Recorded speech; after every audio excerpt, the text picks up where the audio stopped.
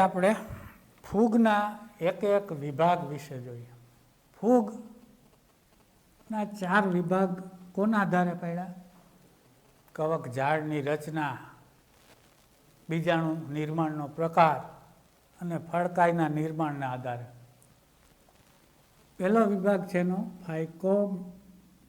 પહેલો વર્ગ ફાઇકોમાઇસેટિસ. પાછળ બધામાં માઇસેટિસ આવશે. ફાઇકોમાઇસેટિસ, આસ્કોમાઇસેટિસ, બેસિડિયોમાઇસેટિસ. ફાઇકોમાઇસેટિસ વર્ગની ફૂગ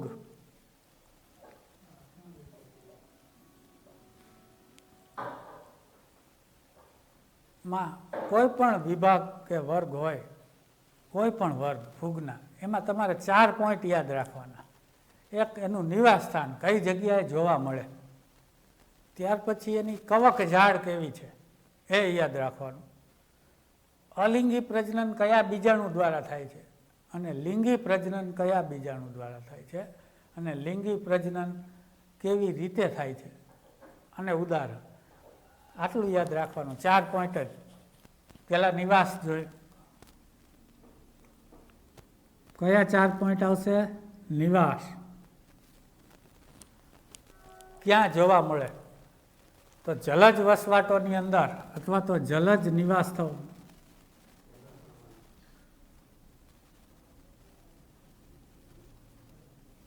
એક અહીંયા હોય પાણીની અંદર, ભેજવાળી જગ્યાએ,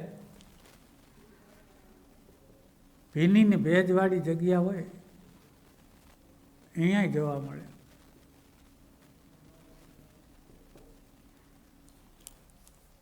લાકડા ઉપર પણ હોય, ભેજવાળા લાકડા હોય તો લાકડા પર પણ જોવા મળે. કેટલીક વનસ્પતિમાં અવિકલ્પી પરોપજીવી એટલે શું?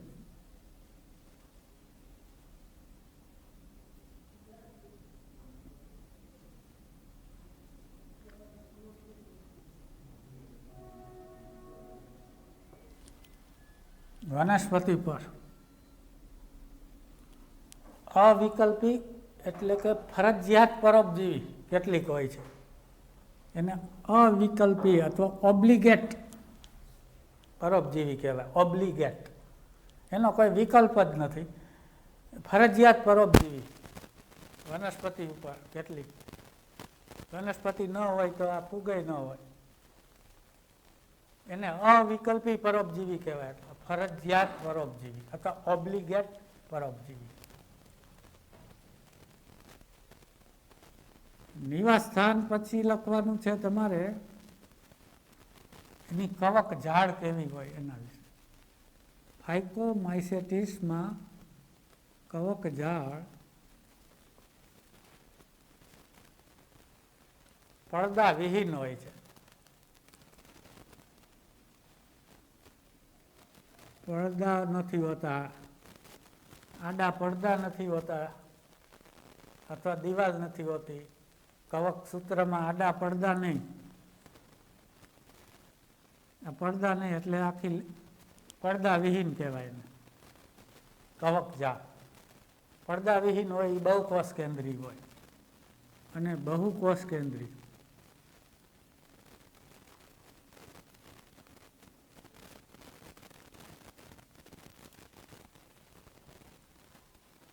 કવક ઝાડ કેવી હોય એ લખવાનું. અગાઉથી તમને કહી દઉં કે આ એક જ વર્ગ એવો છે એમાં પડદા વિહીન છે, બાકી બધામાં હવે પડદા યુક્ત આવશે. અલિંગી પ્રજનન કેવી રીતે થાય છે અને કયા બીજાણુ દ્વારા એ લખવાનું. ફાઇકોમાઇસેટિસમાં અલિંગી પ્રજનન ચલ બીજાણુ કે અચલ બીજાણુ. ચલ બીજાણુ એને આપણે ઝૂસ્પોર કહેતા હતા, અને અચલ બીજાણુ એને કોનિડિયા કહેતા હતા. અચલ બીજાણુ અથવા કોનિડિયા. કસા વગરના. આ અલિંગી બીજાણુ છે. આના દ્વારા અલિંગી પ્રજનન થાય. એટલે કે આ બીજાણુ ધાનીમાં અંતર્જાત રીતે સર્જાય છે, અંદર સર્જાય છે. ફાઇકોમાઇસેટિસમાં આ બીજાણુ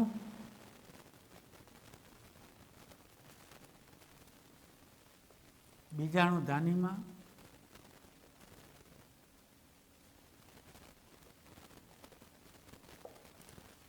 અંતર્જાત રીતે ઉત્પન્ન થાય છે, એટલે કે અંદર ઉત્પન્ન થાય છે. એને અંતર્જાત એટલે અંદર.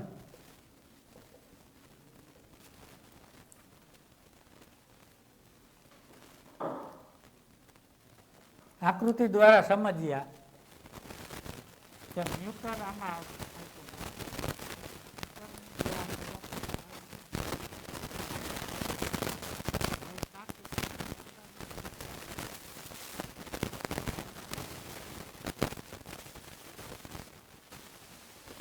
પડદા વગરની, એની અંદર આવી બીજાણુ ધાની સર્જાય. ન્યુક્ટરની આકૃતિ તમારે આપેલી છે.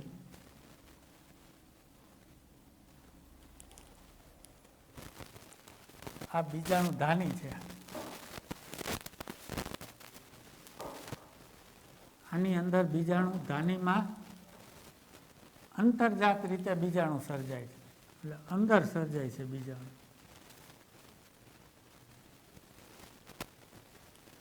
અંદર બીજાણુ ભર્યા હોય.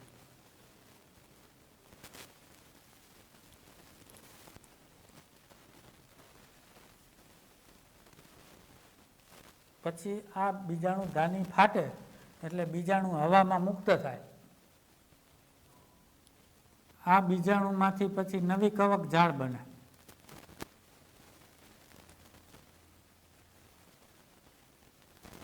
બીજાણુ ધાનીમાં અંતર્જાત રીતે ઉત્પન્ન થાય. ખાસ અંતર્જાત એટલે અંદર. કેટલીક ફૂગ હવે પછીના વિભાગમાં એવી આવશે કે બીજાણુ ધાનીની બહાર ઉત્પન્ન થાય, તો બહિર્જાત કહેવાય. પણ અહીંયા અંતર્જાત છે. ફાઇકોમાઇસેટિસમાં બીજાણુ અંતર્જાત, બીજાણુ ધાનીની અંદર ઉત્પન્ન થાય છે.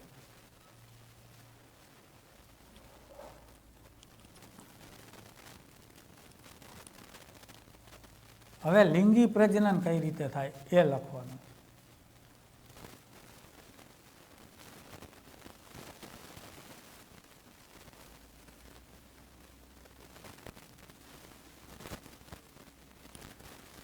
અલિંગી બીજાણુ, ચલ બીજાણુ ને અચલ બીજાણુ કોઈ પણ હોય, પણ અંતર્જાત ઉત્પન્ન થાય.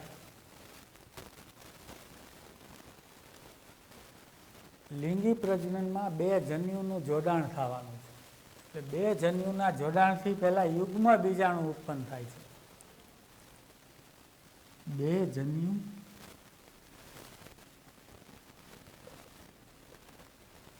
કોના જોડાણ થાય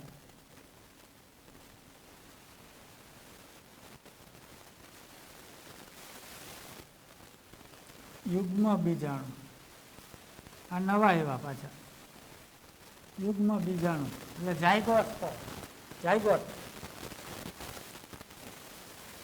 ફલિતાંડ અથવા એનો જાયગોસ્પોર કહેવાય.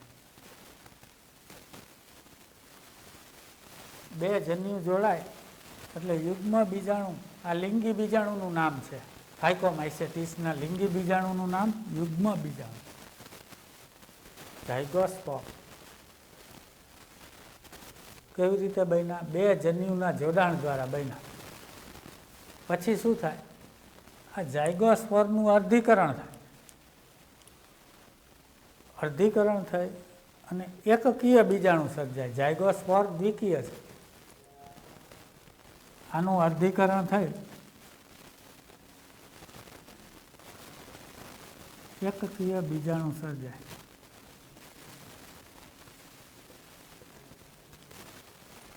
વળી આવા એકકીય બીજાણુ પાછા નવી કવક જાળ બનાવે. હવે આ જન્યુ છે એના બે, એ જો બાહ્યાકાર રીતે સરખા હોય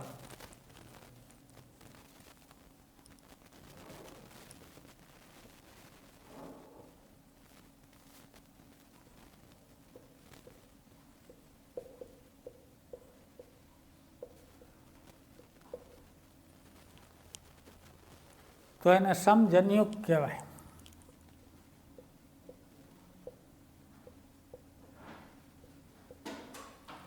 બે જન્યુ આમ બાહ્યાકાર રીતે આમ સરખા જ લાગે, નર જન્યુ ને માદા જન્યુ, તો સમજન્યુ. અને સરખા ન હોય, નાના મોટા હોય. જો જન્યુઓ સરખા ન હોય તો તેને કહેવાય વિષમજન્યુક અથવા અંડજન્યુક.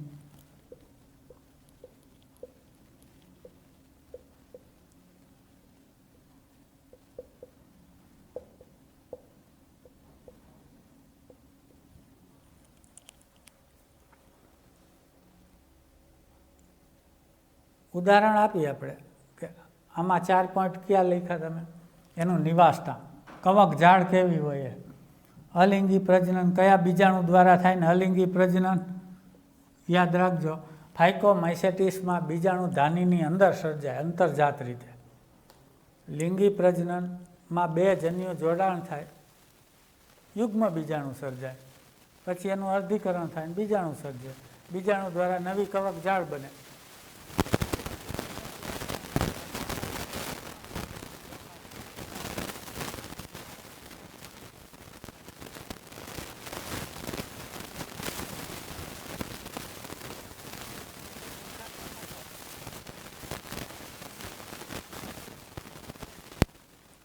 સરખા ન હોય, નાના મોટા હોય, એક મોટો ને એક નાનો, તો વિષમજન્યુ.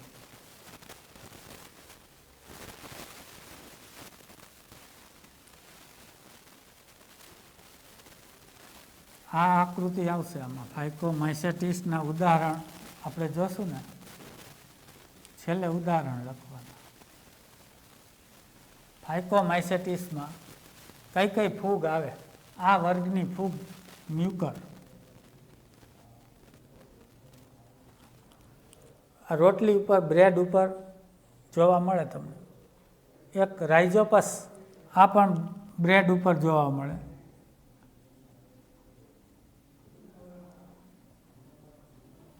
એટલે આને બ્રેડ મોલ્ડ કહેવાય છે.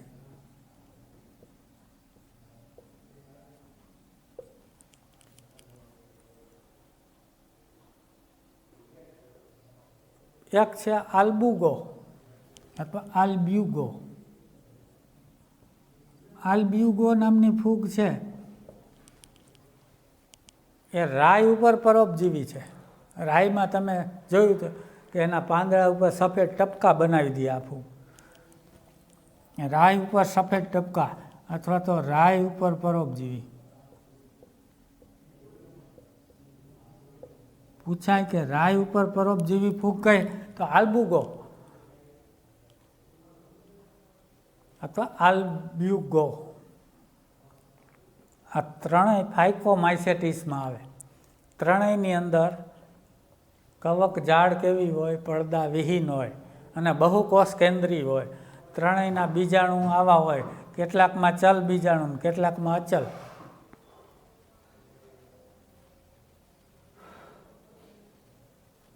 ફાઇકોમાઇસેટિસમાં લિંગી બીજાણુનું નામ યુગ્મ બીજાણુ, બે જન્યુના જોડાણ દ્વારા બન્યા. છેલ્લે ઉદાહરણ આપવાના છે, 3 યાદ રાખવાના છે. મ્યુકર, રાઇઝોપસ, આલ્બ્યુગો ફાઇકોમાઇસેટિસમાં આવે. એટલે આમાંથી કોઈ પણની કવક ઝાડ પૂછાય તો આવી જ લખવાનું, પડદા વિહીન અને બહુકોષ કેન્દ્રી. હવે આ 4 જે પોઈન્ટ છે એ કોમન રહેશે. નિવાસ, કવક ઝાડ, અલિંગી પ્રજનન અને લિંગી પ્રજનન, અને ઉદાહરણ છેલ્લે. બાકી બધું બદલાતું રહે. નિવાસસ્થાન, કવક ઝાડ બદલાતી રહે, પણ પોઈન્ટ તમારા 4 જ યાદ રાખવાના છે કોઈ પણ વિભાગમાં.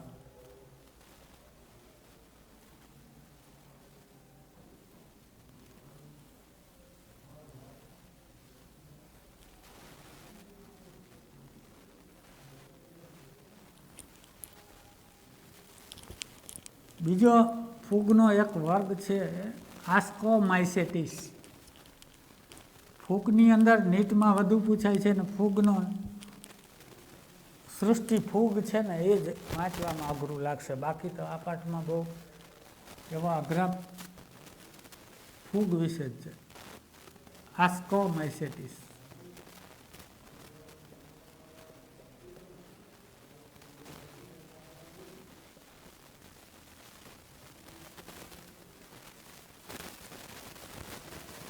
આસ્કોમાઇસેટિસ વર્ગ. આ વર્ગની ફૂગ કોથળીમય ફૂગ તરીકે ઓળખાય.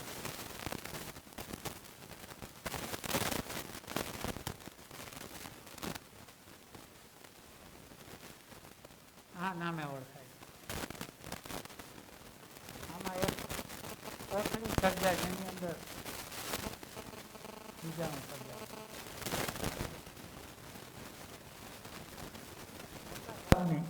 બહુકોષી છે આસ્કોમાઇસેટિસ. નિવાસ જોઈ મોટા ભાગે કેવી છે? બહુકોષી છે.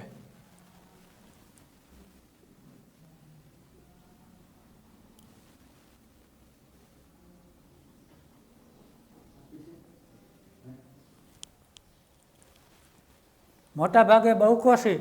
ઉદાહરણ એનું એક યાદ રાખો અત્યારે, પછી બીજા ઉદાહરણ છેલ્લે આવશે. પેનિસિલિયમ નામની એક ફૂગ છે ધારો કે, એ આમાં આવે. પેનિસિલિયમ આ બહુકોષી, પણ ક્યારેક એક કોષી ફૂગ જોવા મળે છે.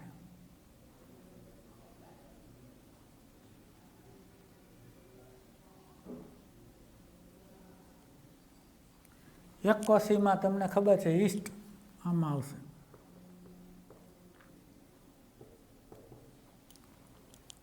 મોટા ભાગે બહુકોષી જ હોય છે, પણ ક્યારેક આવી એક કોષી ફૂગે હોય છે. આસ્કોમાઇસેટિસની નિવાસસ્થાન મૃતોપજીવી એટલે કે સડતા પદાર્થોમાંથી પોષણ મેળવે.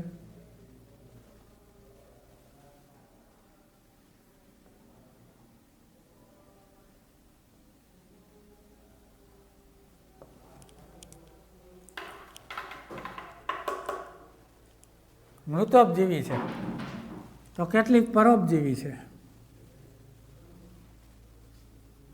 કે કેટલીક છાણભક્ષી છે. છાણની અંદર છાણનું ભક્ષણ કરનારી એને છાણભક્ષી કહેવાય.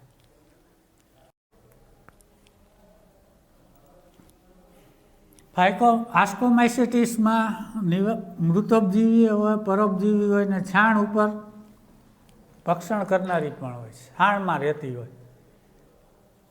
પરોપજીવી તમને ખબર છે જીવંત પદાર્થમાંથી, આ મૃતમાંથી, આ મૃત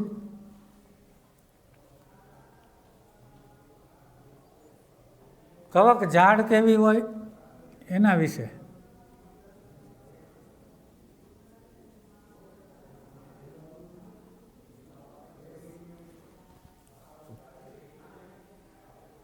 આસ્કોમાઇસેટિસમાં અને હવે પછીના વર્ગોમાં કવક ઝાડ શાખિત અને પડદાયુક્ત હોય છે.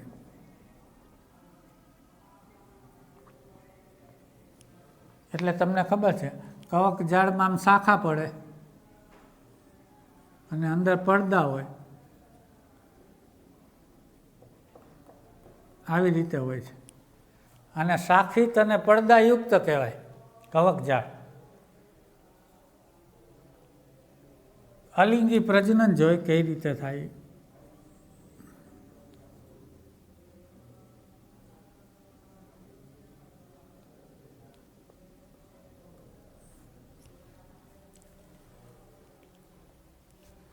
અલિંગી પ્રજનન સામાન્ય રીતે કણી બીજાણુ દ્વારા થાય છે. આના બીજાણુનું નામ અલિંગી બીજાણુ, કણી બીજાણુ, કોનિડિયા. આપણે આને કોનિડિયા અથવા કણી બીજાણુ, અથવા ત્રીજું નામ છે અચલ બીજાણુ.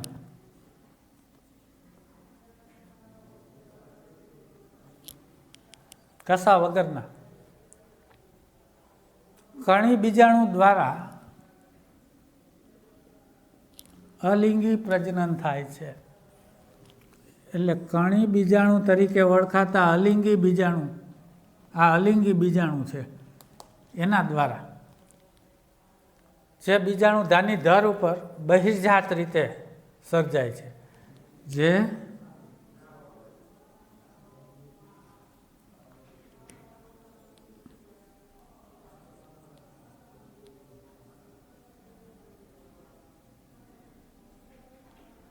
કણી બીજાણુ ધાની ધર પર બહિર્જાત રીતે સર્જાય છે. અહીંયા બહિર્જાત ઉદ્ભવ થયો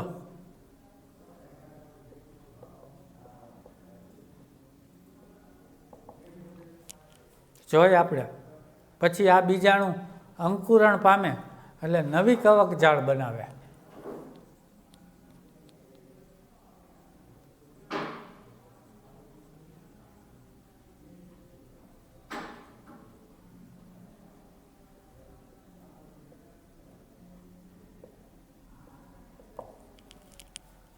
આનું એક આકૃતિ તમારે આપી છે એસ્પરજીલસની. એસ્પરજીલસમાં જોઈ આકૃતિ, એસ્પરજીલસ એક આવી ફૂગ છે, એની ઉપર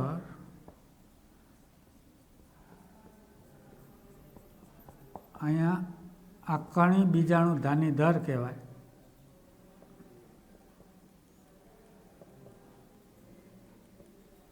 આના ઉપર અહીંયા કણી બીજાણુ ઉત્પન્ન થાય છે. આકૃતિમાં તમારે કાંઈ દેખાતું નથી, પણ અહીંયા કણી બીજાણુ ઉત્પન્ન થાય છે ઉપરની બાજુએ.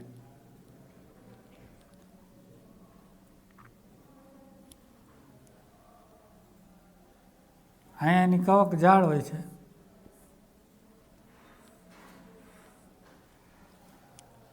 એક કવક જાળ આ વિશિષ્ટ પ્રકારની કણી બીજાણુ ધાની ધર, એના ઉપર આવા કણી બીજાણુ ઉત્પન્ન થાય છે. અને કણી બીજાણુ આમ બહારની સાઈડમાં ઉત્પન્ન થાય છે, એટલે ઉત્પત્તિ કેવી કહેવાય? બહિર્જાત કહેવાય. પછી આ કણી બીજાણુ હવામાં બહાર છૂટા પાડે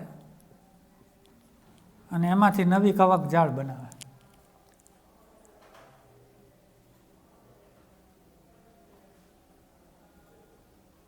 અલિંગી બીજાણુનું નામ શું? કણી બીજાણુ અથવા કોનિડિયા.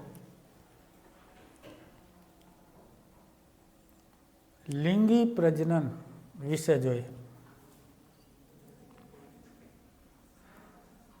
અહીંયા આસ્કોમાઇસેટિસમાં અલિંગી બીજાણુનું નામ પૂછાય તો કણી બીજાણુ, અને એનો ઉદ્ભવ બહિર્જાત, બહારની બાજુએ ઉત્પન્ન થાય.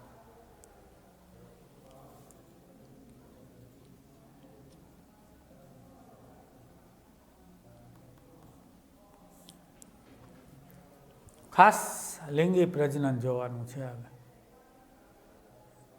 આખું લિંગી પ્રજનન જોઈ તો કોથળી જેવી ધાનીમાં લિંગી બીજાણુ અંતર્જાત રીતે ઉત્પન્ન થાય છે. શેમાં? કોથળી જેવી ધાનીમાં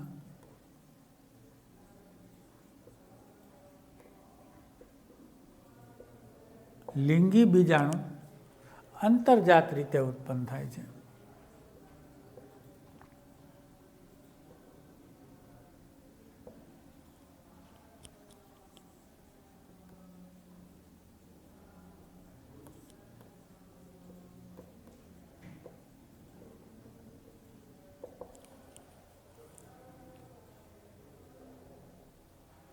જે બીજાણુને કહેવાય છે ધાની બીજાણુ, કારણ કે કોથળી જેવી ધાનીમાં ઉત્પન્ન થાય છે શેકની અંદર, એટલે જ આને કોથળીમય ફૂગ કહેવાય. કોથળી એટલે ધાની, ધાનીની અંદર લિંગી બીજાણુ અંતર્જાત રીતે ઉત્પન્ન થાય છે, જેને ધાની બીજાણુ કહેવાય છે.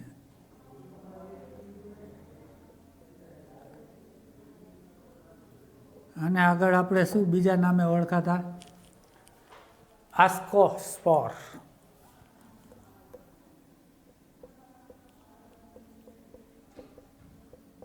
સ્પોર એટલે બીજાણુ, ને આસ્કોમાઇસેટિસના બીજાણુને આસ્કોસ્પોર કહેવાય અથવા ધાની બીજાણુ.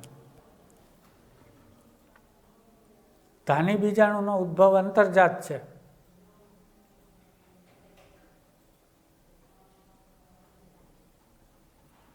આ ધાની વિશિષ્ટ ફળકાય નામની રચનામાં ગોઠવાયેલી હોય છે.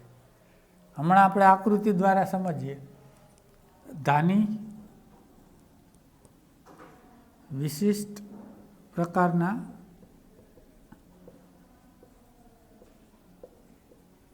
ફળકાય નામની રચનામાં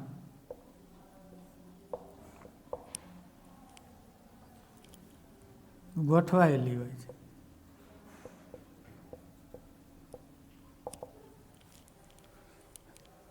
એ ફળકાયને કહેવાય ફળ ધાની કાય.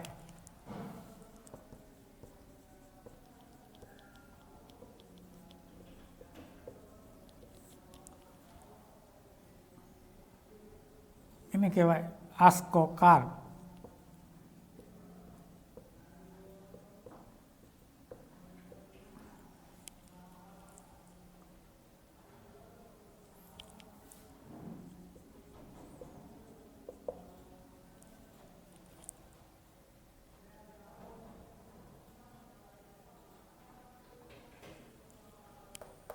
આસ્કોકાર્પ અથવા ફળ ધાની કાય.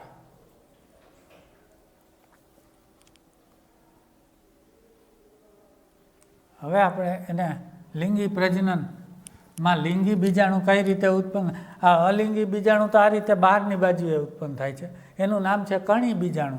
પણ લિંગી બીજાણુનું નામ છે ધાની બીજાણુ અથવા આસ્કો બીજાણુ, આસ્કોસ્પોર. એ શેમાં ઉત્પન્ન થાય? ફળકાયમાં. ફળકાયનું નામ શું છે? ફળ ધાની કાય અથવા આસ્કોકાર્પ.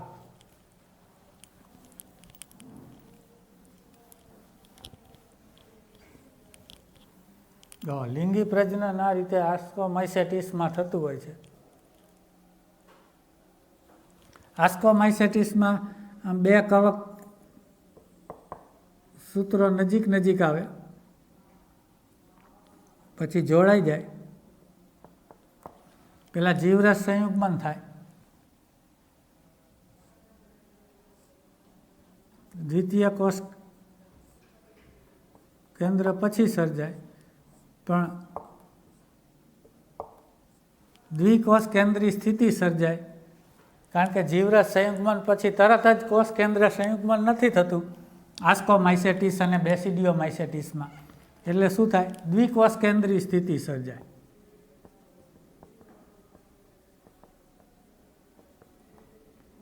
હવે શું થાય? કોથળી જેવી ધાની, એમાં આ ધાની બીજાણુ સર્જાવાના છે. તો કોથળી જેવી ધાનીની અંદર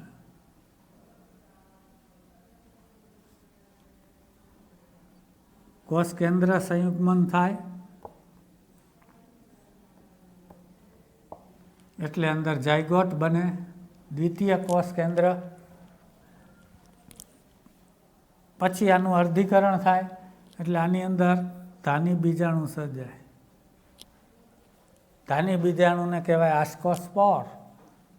પણ ખાસ યાદ રાખજો, આ ધાનીઓ છે, ધાની બીજાણુ આ ધાની કહેવાય. અંદર ધાની બીજાણુ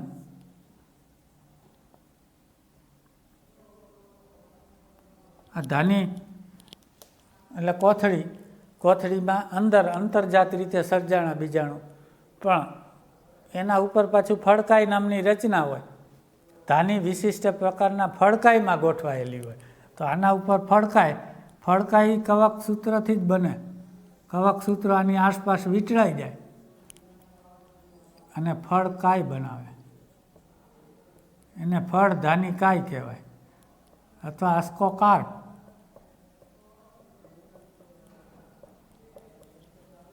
આસ્કો બીજાણુ આસ્કોકાર્પમાં હોય. આમ પહેલાં ધાનીમાં હોય, પણ ધાનીની ઉપર એ ફડકાઈ નામની રચના છે. આ એક પ્રકારના કવક તંતુ છે, ફળધાની બનાવે. આવી રીતે હોય છે. લિંગી બીજાણુ અંદર ધાનીમાં સર્જાય છે, અંતર્જાત. લિંગી બીજાણુનું નામ ધાની બીજાણુ અથવા આસ્કો બીજાણુ, આસ્કોસ્પોર. અને આસ્કોસ્પોર ધાનીમાં હોય એટલે ઉદ્ભવ અંતર્જાત. પણ ધાનીની આસપાસ પાછી ફળધાની કાય હોય. ફળધાની કાયનું નામ આસ્કોકાર. પછી આ ફળધાની કાય ફાટે ને ધાની ફાટે એટલે આસ્કોસ્પોર અથવા ધાની બીજાણુ મુક્ત થાય અને એ અંકુરણ પામે એટલે નવી કવક જાળ બનાવે. આ એના લિંગી બીજાણુનું નામ છે.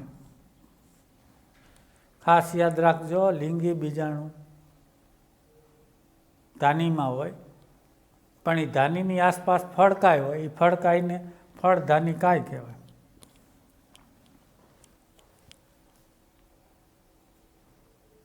હવે આના ઉદાહરણ જોઈ છે. આ લિંગી પ્રજનનની પદ્ધતિ જોઈ કે બે કવક સૂત્ર નજીક આવે, દ્વિકોષ કેન્દ્રીય અવસ્થા સર્જાય, એની આસપાસ આવી ધાની બને. આ કોષ આમ ઉપસી આવે અને ધાની બનાવે. પછી એમાં બે કોષ કેન્દ્ર જતા રહે અને કોષ કેન્દ્ર સંયુગ્મન થાય. પહેલાં જીવરસ સંયુગ્મન થયું,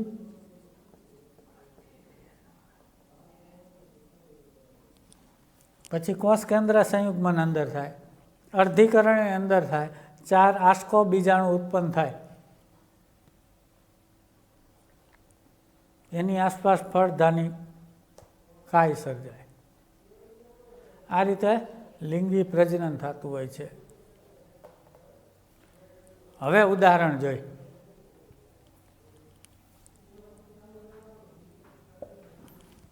એસ્પરજીલસ, જેની આકૃતિ આપણે ટેક્સ્ટ બુકમાં આપેલી છે અને દોરેલી છે.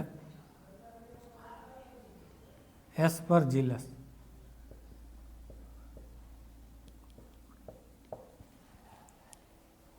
એક આવશે, એક ક્લેવિસેપ નામની ફૂગ આવશે.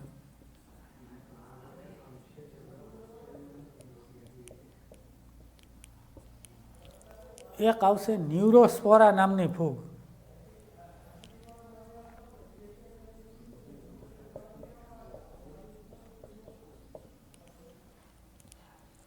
એમાં ન્યુરોસ્પોરાનો ઉપયોગ ખાસ નીટવાળાને જૈવ રસાયણમાં થાય છે, બાયોકેમિસ્ટ્રીની અંદર અને જનીનની ક્રિયાવિધિમાં બહુ ઉપયોગી છે.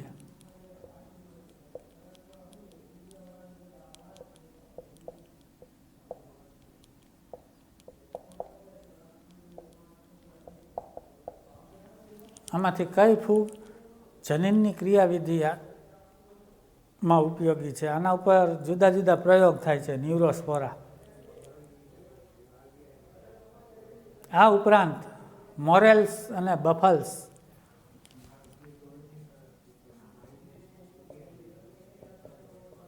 મોરેલ્સ એટલે કાળા રંગના હોય છે,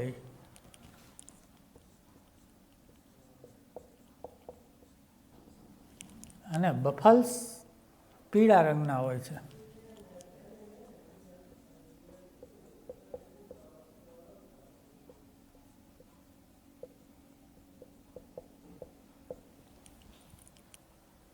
આ બેમાં મોટા ભાગના સભ્યો રહ્યા, મોરેલ્સ એન્ડ બફલ્સ, એ ખાવા લાયક છે, મોટા ભાગના ખાવા લાયક છે.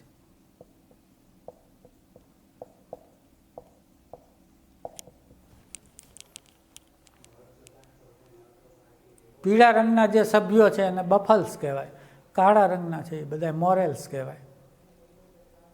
મોટા ભાગના બફલ્સ અને મોરેલ્સ ખાવા લાયક છે. પણ નીટમાં અહીંયા ટ્રફલ્સ, બફલ્સને બદલે ટ્રફલ્સ શબ્દ આવશે.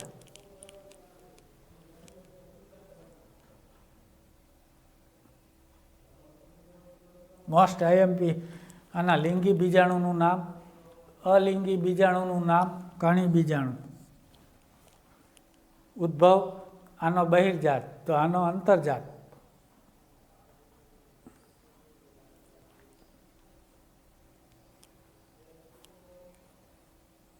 આટલા ઉદાહરણ યાદ રાખો. ઉપરાંત ઉપરના બે, પેનિસિલિયમ અને ઈસ્ટ.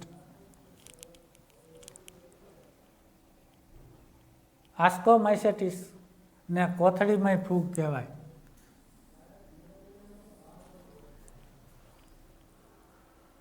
કારણ કે આ કોથળી જેવી ધાનીમાં ઉત્પન્ન થાય છે બીજાણુ.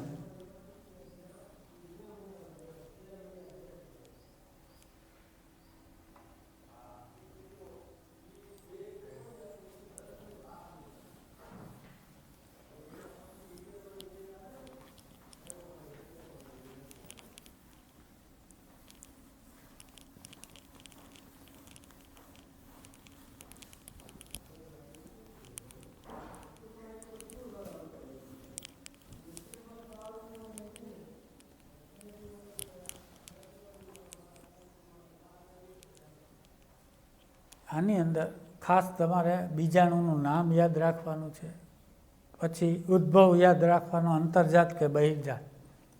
કવક ઝાડ યાદ રાખવાની છે, પણ કવક ઝાડ માત્ર ફાઇકોમાઇસેટિસમાં જ પડદા વિહીન, બાકી હવે બધી પડદાયુક્ત અને શાખિત આવશે.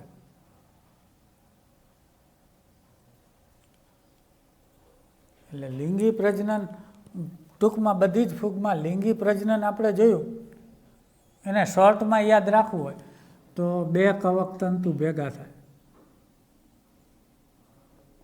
એકનું કવક તંતુ અને બીજું. એક જ ફૂગના હોય અલગ અલગ મ્યુકર. ધારો કે મ્યુકરનું એક કવક તંતુ ના બીજું કવક તંતુ જોડાય લિંગી પ્રજનનમાં, તો એક કવક તંતુની અંદર પુંજન્યુ ધાની સર્જાય, એકમાં અંડજન્યુ ધાની. આમાં અંડકોષ ઉત્પન્ન થાય, માદા કોષ કેન્દ્ર, અને આમાં નર કોષ કેન્દ્ર. કોષ કેન્દ્ર રહ્યા ને એ જ જન્યુ.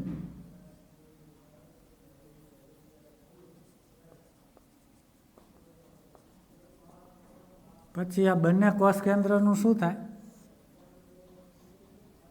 પેલા જીવરસ સંયુગ્મન થાય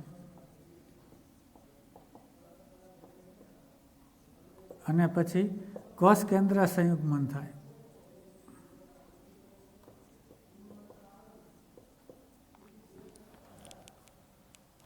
અને યુગ્મન જ બનાવે ફલિતાંડ.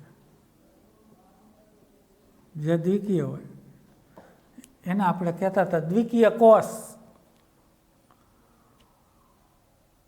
દ્વિકીય કોષ પછી અર્ધીકરણ પામે. લિંગી પ્રજનનમાં ફલિતાંડ અર્ધીકરણ પામે. ફલિતાંડ એટલે દ્વિકીય કોષ, જે વચ્ચે બન્યો ને બે કોષ કેન્દ્ર જોડાય, આને જ ફલિતાંડ કહેવાય. બાકી તો બધા તંતુ આગળ હોય એ તો એક એક કોષ કેન્દ્ર ધરાવતા હોય. આ જે દ્વિકીય કોષ બન્યો એને જ યુગ્મન જ કહેવાય. પેલા બે તંતુ નજીક આવે, જીવરસ સંયુગ્મન થાય, કોષ કેન્દ્ર સંયુગ્મન થાય, એટલે અંદર દ્વિકીય કોષ કેન્દ્ર બને. આને જ યુગ્મન જ કહેવાય અથવા દ્વિકીય કોષ કહેવાય.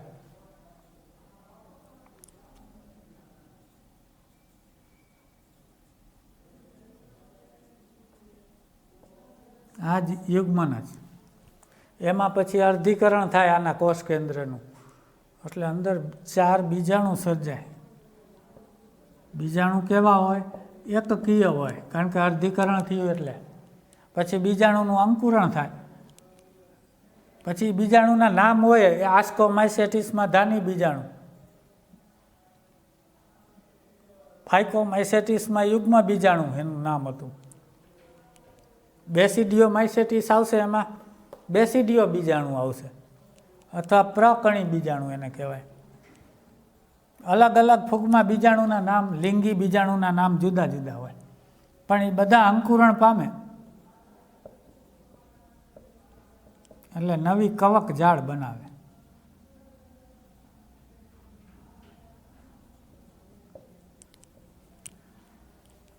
એવી જ રીતે અલિંગી બીજાણુ પણ અંકુરણ પામે એટલે નવી કવક જાળ બને. આ તો લિંગી પ્રજનન શોર્ટમાં યાદ રાખવાની.